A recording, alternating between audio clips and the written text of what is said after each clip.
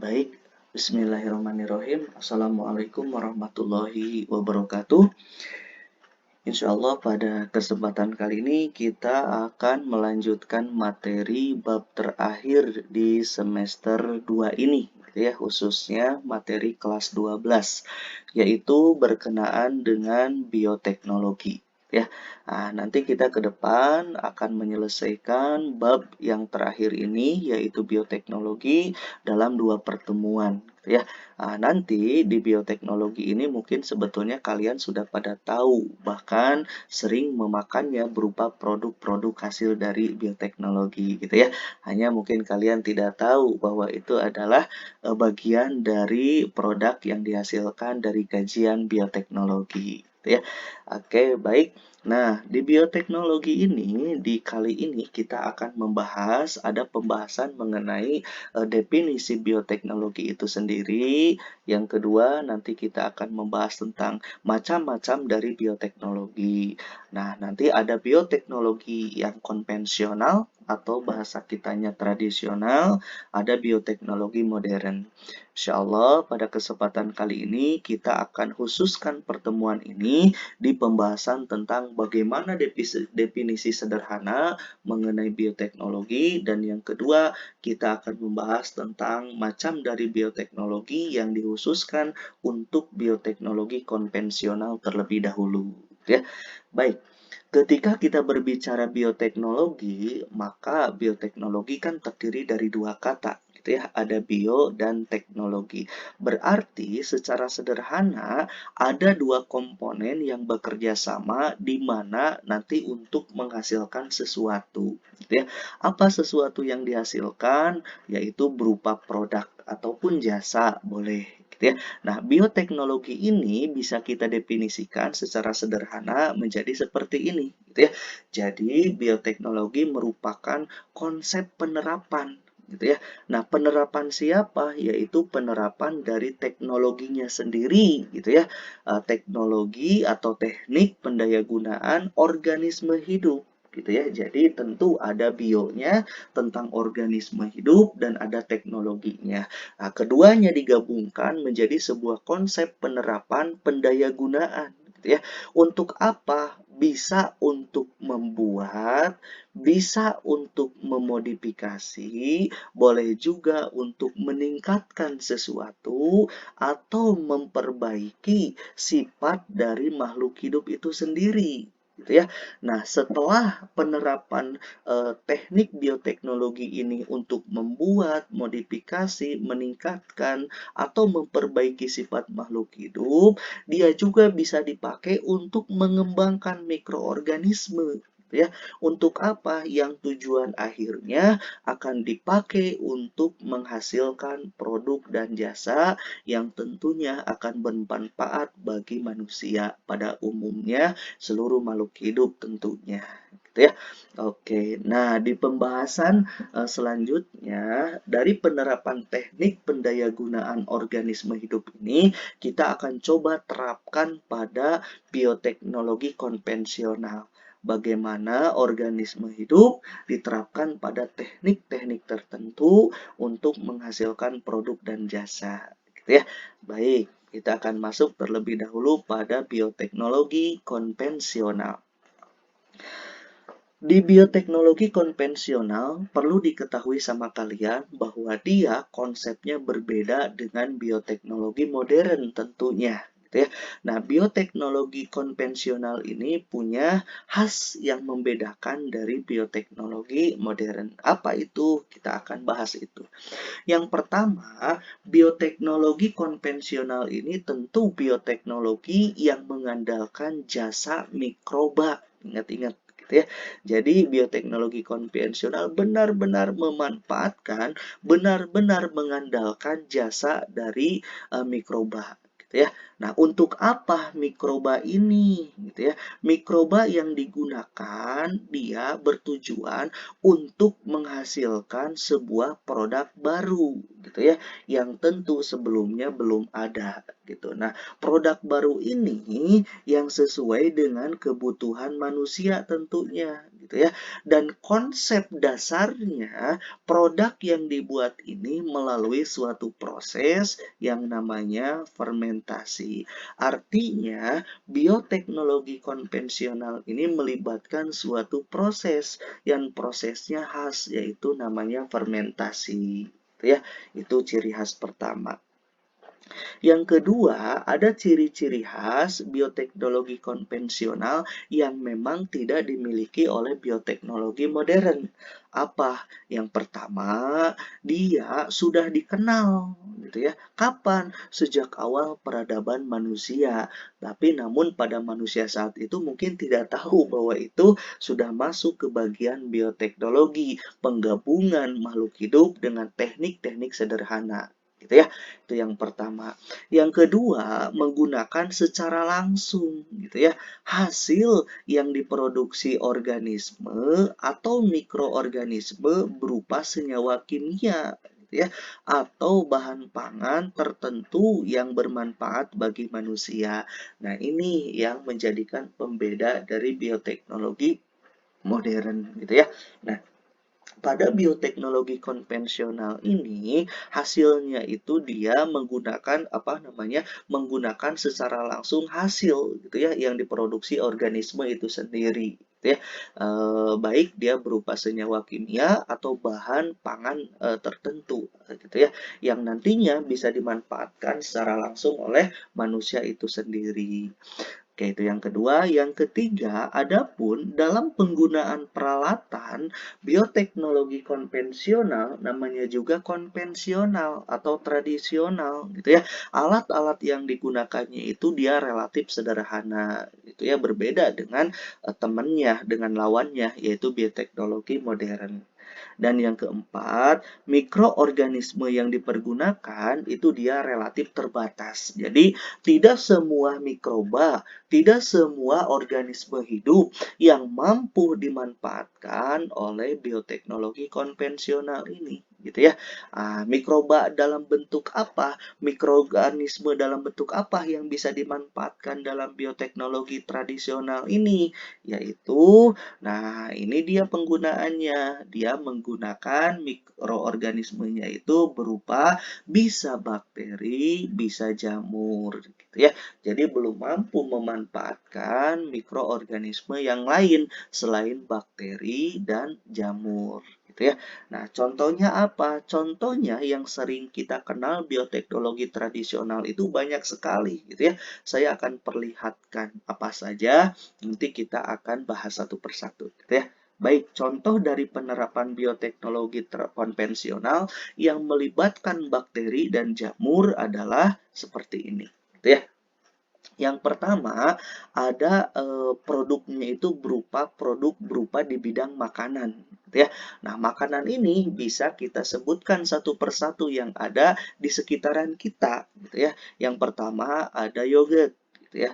Nah, susu asam ini atau yogurt ini tentu dia dibuat pertama kalinya dari susu murni, gitu ya. Yang ditambahkan apa? Yang ditambahkan agen hayati. Agen hayatinya apa? Atau mikroorganismenya apa? Yang tadi, gitu ya. Nah, kalau pada yogurt ini dia tidak menggunakan jamur, tapi dia menggunakan bakteri, gitu ya.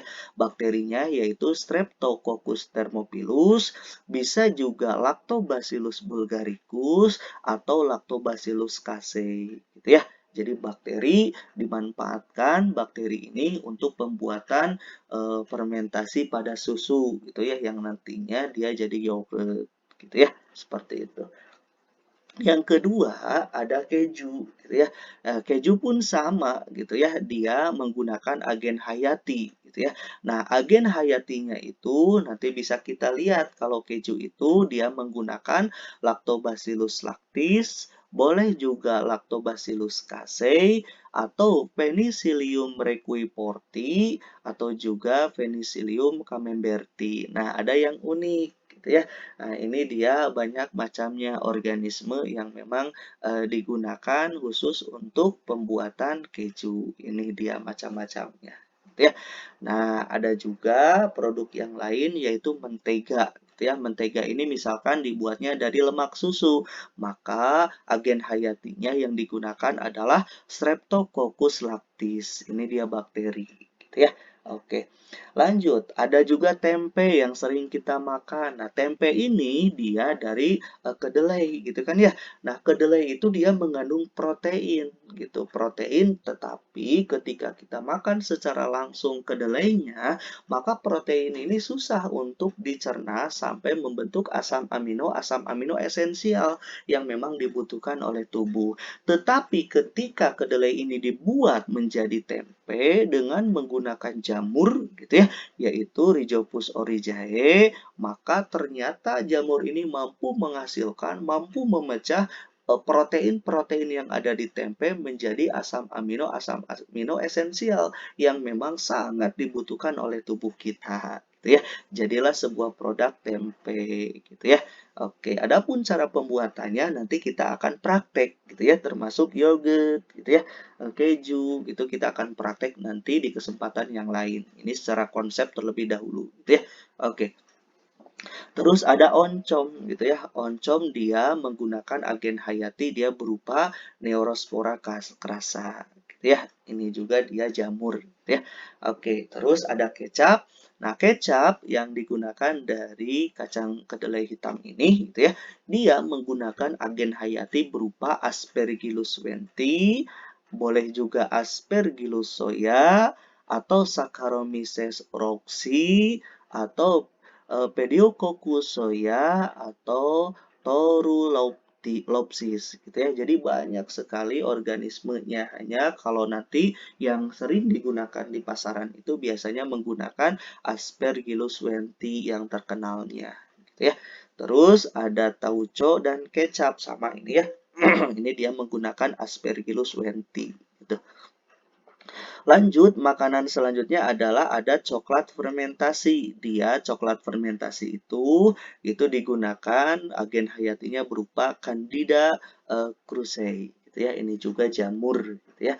Terus ada tape, tape yang sering kita makan itu dia agen hayatinya menggunakan Aspergillus oryzae atau juga bisa menggunakan Saccharomyces ovale, bisa menggunakan Rhizopus gitu ya, dan bisa juga menggunakan Hansenula gitu. Nah, yang selanjutnya ada roti dan brem. Roti tahu kan ya, brem juga tahu makanan khas kalau kita main ke Jogja gitu ya, suka ada brem gitu. Nah, mereka itu dari agen hayatinya itu pembuatan mereka itu agen hayati yang digunakan adalah Saccharomyces cerevisiae gitu ya. Terus ada PST. PST itu adalah protein sel tunggal yang memang dibutuhkan oleh tubuh kita gitu ya, bagus di proteinnya. Bisa didapatkan itu dengan menggunakan agen hayati, chlorella ini alga gitu ya, spirulina juga alga. Jadi bisa hanya PST dia menggunakan alga gitu ya. Tapi ada juga menggunakan alga yang lain berupa Fusarium gitu ya, Graminearum atau dia menggunakan jamur gitu ya, Saccharomyces cerevisiae atau Trichoderma ricei ya, itu protein sel tunggal. Terus yang selanjutnya yang makanan yang banyak di pasaran juga yang dikenal oleh kalian ada yang namanya nata de coco gitu ya. Nah, nata de coco ini dia penggunaannya itu dari Acetobacter psilynum gitu ya. Agen hayatinya ini bakterinya Acetobacter psilynum. Oke, selanjutnya ada minuman produknya. Kalau minuman nanti ini dia misalkan alkoholisasi, pembuatan alkohol, pembuatan bir gitu ya, atau minuman anggur. Ini mah di barat biasanya ya yang memang mereka menganggap ini hal biasa. Kalau kita memang nggak boleh gitu ya diminum gitu seperti alkohol atau bir gitu ya haram gitu. Nah, adapun mereka pembuatan ini minuman ini di negara-negara luar gitu ya dengan menggunakan kalau alkoholisasi pembuatan bir itu dia menggunakan jamur berupa Saccharomyces cerevisiae atau minuman anggur dia menggunakan Saccharomyces ellipsoides gitu ya. Oke, terus di industri yang terkenal ada MSG gitu ya atau monosodium glutamat ini terkenal sekali, sering sekali kalian mungkin pergunakan gitu ya. Dia menggunakan agen hayati berupa Corynebacterium glutamicum gitu ya. Itu dia. Terus ada asam sitrat. Kalau asam sitrat itu dia menggunakan Aspergillus niger, gitu ya. Seperti itu. Nah, jika misalkan di bidang kesehatan atau dunia kedokteran, misalkan dalam pembuatan antibiotik, ada juga melibatkan bioteknologi konvensional, gitu ya. Salah satunya antibiotik ini dapat dihasilkan dari agen hayati berupa Penicillium notatum, gitu ya, atau Penicillium chrysogenum, atau Streptomyces griseus, atau Streptomyces aureofaciens, gitu ya. Bisa juga Streptomyces Venezuela atau Bacillus polymixa, bisa juga yang terkenal adalah Bacillus subtilis. Gitu ya. Ini adalah agen-agen hayati yang dipergunakan untuk pembentukan antibodi yang berguna bagi kesehatan seseorang. Gitu ya. Oke, yang selanjutnya di dunia pertanian. Jika di dunia pertanian ini banyak gitu ya, salah satunya adalah digunakan dalam pemberantasan hama serangga gitu ya. Nah, pemberantasan hama serangga ini contohnya agen hayatinya itu adalah Bacillus thuringiensis gitu ya. Jadi, nah tapi memang ini ada bahayanya gitu ya. Bahayanya itu ternyata ketika pemberantasan hama serangga oleh Bacillus thuringiensis ternyata bukan hanya serangga yang kita cari yang akan dimusnahkan, ternyata serangga-serangga yang memang membantu dalam proses polinasi atau penyerbukan ternyata ini malah ikut mati juga. Jadi pengendaliannya masih terus dikembangkan, gitu ya. Jadi bukan hanya serangga yang jadi hama, ternyata serangga-serangga yang bermanfaat juga malah bisa mati oleh Bacillus thuringiensis ini, gitu ya. Oke, sedang dikembangkan terus-menerus bagaimana cara pengendalian untuk serangga yang bermanfaat tidak ikut mati, gitu ya. Yang selanjutnya ada di dunia pertanian itu ada nitrifikasi yang mengoksidasi nitrit menjadi nitrat. Ini adalah nitrobakter gitu ya. Ini dia bakterinya gitu. Terus ada nitrifikasi yang mengoksidasi amonia menjadi nitrit. Itu ada dua bakteri, ada Nitrosomonas dan Nitrosococcus. Tentu ini berperan di dalam proses nitrifikasi gitu ya. Nah, nitrat ini nanti mampu dimanfaatkan oleh tumbuhan di dalam tanah untuk proses pembentukan protein di dalam tubuhnya gitu ya. Nah, nanti nitrat juga memang bisa melepaskan nitrogennya secara bebas ke alam dengan nama istilahnya itu denitrifikasi ya. Itu menggunakan bakteri yang lain. Nantinya kalau sampai jadi nitrat itu menyuburkan tanah gitu ya. Terus yang lainnya dia menyuburkan tanah dengan cara menambat atau mengikat atau fiksasi nitrogen. Jadi dari udara nitrogen difiksasi sampai ke dalam tanah, ya. Nah, siapa yang memfiksasinya? Itu dia ada Clostridium pasterianum, terus ada Azotobacter chlorococcum dan Rhizobium leguminosarum. Ini yang terkenal yang memang si bakteri ini ada di akar-akar tanaman, gitu ya. Jadi nantinya berupa bintil-bintil di akar, gitu ya. Itu simbiosis. Yang nantinya Rhizobium ini dia mampu memfiksasi nitrogen yang bebas difiksasi ke tanah, gitu ya.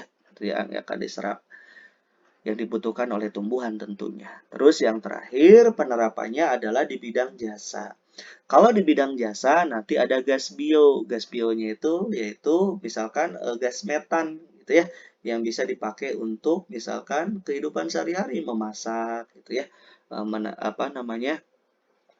Memanaskan apa aja lah gitu ya yang dipakai untuk di dapur gitu ya, kompor gas gitu. Itu siapa? Itu bisa dari Methanobacterium, misalkan ada sampah-sampah organik gitu ya, atau dari kotoran-kotoran hewan misalkan dari sapi gitu ya. Nanti digabungkan dengan Methanobacterium ini, biarkan gitu ya dalam sebuah tempat yang tidak ada udara bisa masuk di sana. Nanti fermentasi terjadi menghasilkan gas metan. Nanti gas metan ini kita salurkan itu pada selang-selang khusus gitu ya yang bisa dipakai langsung masuk ke dapur untuk memasak. Bisa seperti itu gitu ya. Oke, terus ada yang lain memisahkan biji dari logamnya. Misalkan ini adalah bakteri Thiobacillus peroxidan gitu ya. Terus ada yang memang mampu menanggulangi dalam pencemaran minyak misalkan di lautan gitu ya. Jadi secara konvensional pun bisa sebetulnya tidak. Jadi ketika ada apa namanya perahu yang bocor misalkan yang membawa minyak gitu ya, tumpahan minyak mentah, yang ada di lautan nanti mencemari kan ya. Nanti cukup dengan Pseudomonas, nanti dia bisa diurai oleh mereka dengan hilang dengan sendirinya. Ya, tapi memang membutuhkan cukup waktu yang cukup lama, gitu ya, tidak instan, gitu.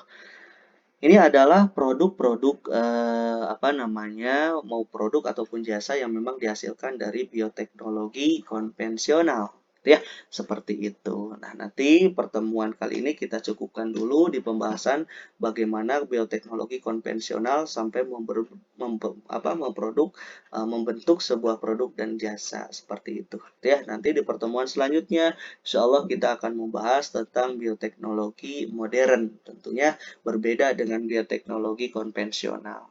Gitu ya. Itu saja yang bisa disampaikan di pertemuan ini. Terima kasih. Mohon maaf atas segala kekurangannya. Assalamualaikum warahmatullahi wabarakatuh.